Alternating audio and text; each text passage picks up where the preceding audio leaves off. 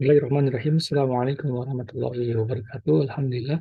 Allahumma sholli wa sallim ala nabiyyina Muhammad wa ala alihi wa sahbihi ajmain. Tsumma ba'du. Teman-teman, ini adalah materi pelatihan untuk teman-teman yang baru. Kita namakan dengan pelatihan guru prasemai. Ah, tentu ini mudah-mudahan memperkokoh pondasi-pondasi sebagai seorang guru gitu ya. Mudah-mudahan bismillah. Baik, kita awali dengan sebuah uh, pohon ya. Pohon yang ada dengan pohon yang berbuah gitu ya. Buah yang lanu mengundang kagum, pohon yang rindang bikin senang yang memandang. Kemudian, tapi di balik semua pesona itu ada akar yang tak terlihat, namun ia menjadi penopang yang setia. Nah, ini adalah sebuah permisalan yang sangat baik ya teman-teman ya, bahwa sesuatu yang di luar gitu ya terlihat sangat indah, tentu hal itu ada sangkut pautnya dengan sesuatu yang di dalam yang tidak terlihat. Nah, apa yang teman-teman bisa ambil dari eh, sebuah permisalan ini? So, teman-teman coba isi di kolom komentar ya. Kira-kira apa sih yang bisa kita jadikan pelajaran dari permisalan tersebut? Baik, saya anggap teman-teman sudah menuliskannya.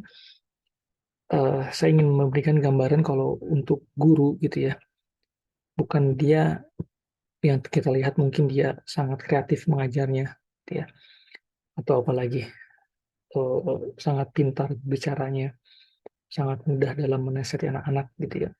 Tapi hal itu semuanya terjadi dan ditopang tentunya oleh sesuatu yang pondasi di dalam dirinya. Ya, apa pondasi yang membuat guru tersebut menjadi seperti itu gitu ya? Akar-akarnya apa sih gitu ya? Mudah-mudahan hal itu bisa dikupas tuntas insya Allah di dalam materi yang akan kita bawakan hari ini. Baik, selanjutnya teman-teman, sebelum kita mulai masuk kepada materi inti gitu ya, kalau ini adalah sebuah gelas, lalu gelas tersebut sudah terisi penuh, ya, apa yang akan terjadi ketika gelas tersebut kita tambahkan air? Ya, tentunya yang terjadi adalah air yang di dalam gelas tersebut tumpah, atau bisa jadi air yang mau kita masukkan ke dalam gelas tersebut tidak tertampung, nggak masuk gitu ya. Ini juga adalah sebuah permisalan tentang diri kita ketika kita mau berada di sebuah tempat yang baru, kemudian kita diberikan pelatihan-pelatihan, maka penting buat kita menjadi gelas kosong, bukan gelas yang penuh. Ya, yang nanti itu kita akan bahas juga ya di mental block ya, menjadi salah satu penghambat kita untuk berkembang gitu ya, atau menerima sesuatu yang baru. Baik, ini sebuah penjelasan yang sangat baik. Kemudian teman-teman, untuk mengawali materi inti dari apa yang akan disampaikan, saya ingin sekilas menyampaikan tentang kisah Nabi Yusuf alaihi wassalam ketika digoda wanita. Tentunya teman-teman sudah tahu ceritanya, kisahnya ya, karena saya yakin ini sudah disampaikan oleh guru-guru kita ya sejak kita kecil gitu. Nah, tapi mungkin ada beberapa hal yang tidak tersampaikan kepada kita saat kejadian Nabi Yusuf digoda oleh Zulaikha lah gitu ya, oleh wanita. Dikatakan bahwasanya ketika sebenarnya Nabi Yusuf juga punya rasa lah gitu ya, artinya faktor-faktor penghambat untuk melakukan perzinahan itu sangatlah kecil itu. Nabi Yusuf adalah seorang yang pemuda, jauh dari orang tua gitu ya. Kemudian juga apalagi banyak lah gitu ya faktor-faktor pendukungnya. Apalagi penghambatnya Yusuf tidak ada lah, anggaplah seperti itu. Namun ketika muncul rasa itu, Nabi Yusuf kemudian tergambarkan di depannya gitu ya, tergambarkan dalam dirinya sosok ayahnya, yaitu Nabi Yakub. Ini luar biasa, Nabi Yusuf tidak jadi gitu ya melakukan perbuatan yang tidak baik dikarenakan beliau ingat dengan sosok ayahnya.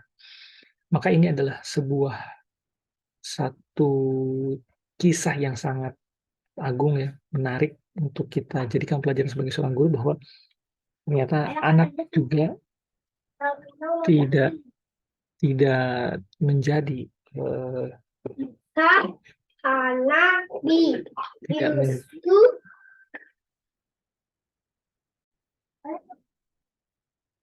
sebuah cerita yang sebenarnya buat kita seorang guru.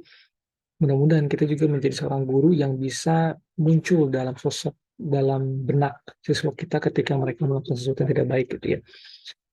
Ya, kalau tadi Nabi Yusuf munculnya adalah orang tuanya, artinya kesan orang tuanya sangat mendalam, ya, maka tidak cukup menjadi orang tua yang hebat, tapi juga haruslah menjadi orang tua yang berkesan di hati anak gitu ya. Maka juga itu pula yang harusnya ditanamkan dalam diri kita, tidak hanya menjadi guru yang hebat dalam mengajar atau apalagi melihat potensi anak gitu ya, tapi sejatinya kita tidak mau pesan kepada anak kita yang mudah-mudahan dengan dia berkesan gitu ya, ada rasa apa ya, sungkan lah gitu ya.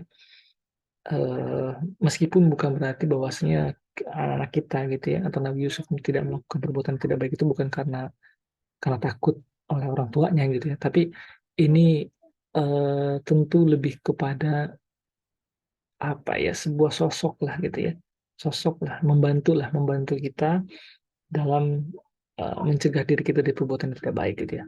Maka teman-teman semuanya, kita berharap bahwa pelatihan guru prasemaya ini ujungnya adalah menjadi guru yang hebat berkesan. Meskipun memang ini adalah suatu hal yang tidak mudah untuk dilakukan dalam waktu yang singkat gitu ya. Tentunya butuh waktu yang cukup lama sehingga kita menjadi guru yang berkesan. Akan tapi tentunya bukan berarti suatu hal yang tidak mungkin lah gitu ya kita capai. Bismillah, insya Allah. Nah, uh, cuma masalahnya adalah gitu ya. Pertanyaannya adalah bagaimana cara kita untuk menjadi guru yang hebat dan berkesan gitu.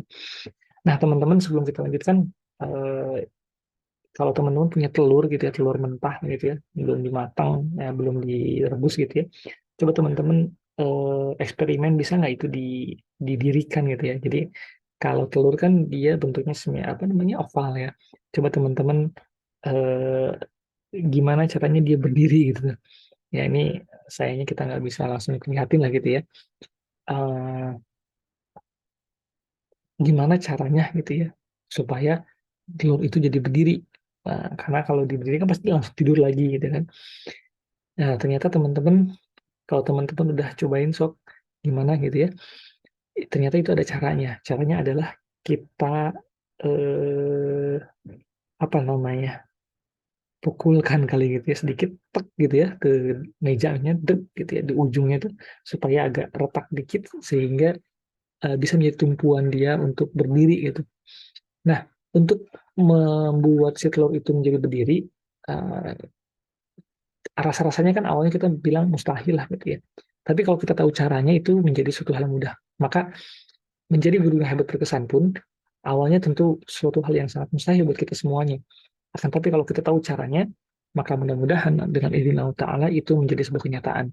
Nah, bagi kami gitu ya, setelah mencoba untuk merumuskan gitu ya, walau alam lah ini berupa eksperimen lah gitu ya, maka menjadi seorang guru yang berkesan itu eh, ini bagikan pondasi atau bagikan sebuah bangunan rumah gitu ya. Dan rumah itu tidak mungkin atau sebuah bangunan itu tidak mungkin ada kecuali dengan adanya pondasi gitu. Nah, ini pondasi yang pertama open mind, yang berikutnya adalah adab belajar, kemudian adalah penting keimanan peran guru. Kalau kita bangun tiang-tiang di atasnya ya, mulai dari adab dan etika gurunya, sikap tadi kan, pengetahuannya seperti apa, kemudian keterampilannya bagaimana ya, sehingga menjadi guru yang hebat dan berkesan. Nah, di sini juga yang menarik teman-teman bahwa saya menempatkan keterampilan ya, eh, kehebatan dia dalam mengajar itu hanya sebagai tiang. Tapi kalau dia nggak punya apa ini pondasi ya, tiang itu akan mudah sekali rapuh kan gitu ya. Mudah sekali bangunan rumah ini eh, apa namanya hancur lah gitu ya, gampang roboh. Nah, maka tetap semua itu dibangun dari sebuah pondasi yang kuat sehingga tiang-tiangnya pun siap menyangga atapnya, yaitu guru hebat yang berkesan. Baik, sampai sini dulu teman-teman. Nanti insya Allah kita akan lanjutkan lagi ke pertemuan berikutnya. Terima kasih banyak. Wassalamualaikum warahmatullahi wabarakatuh.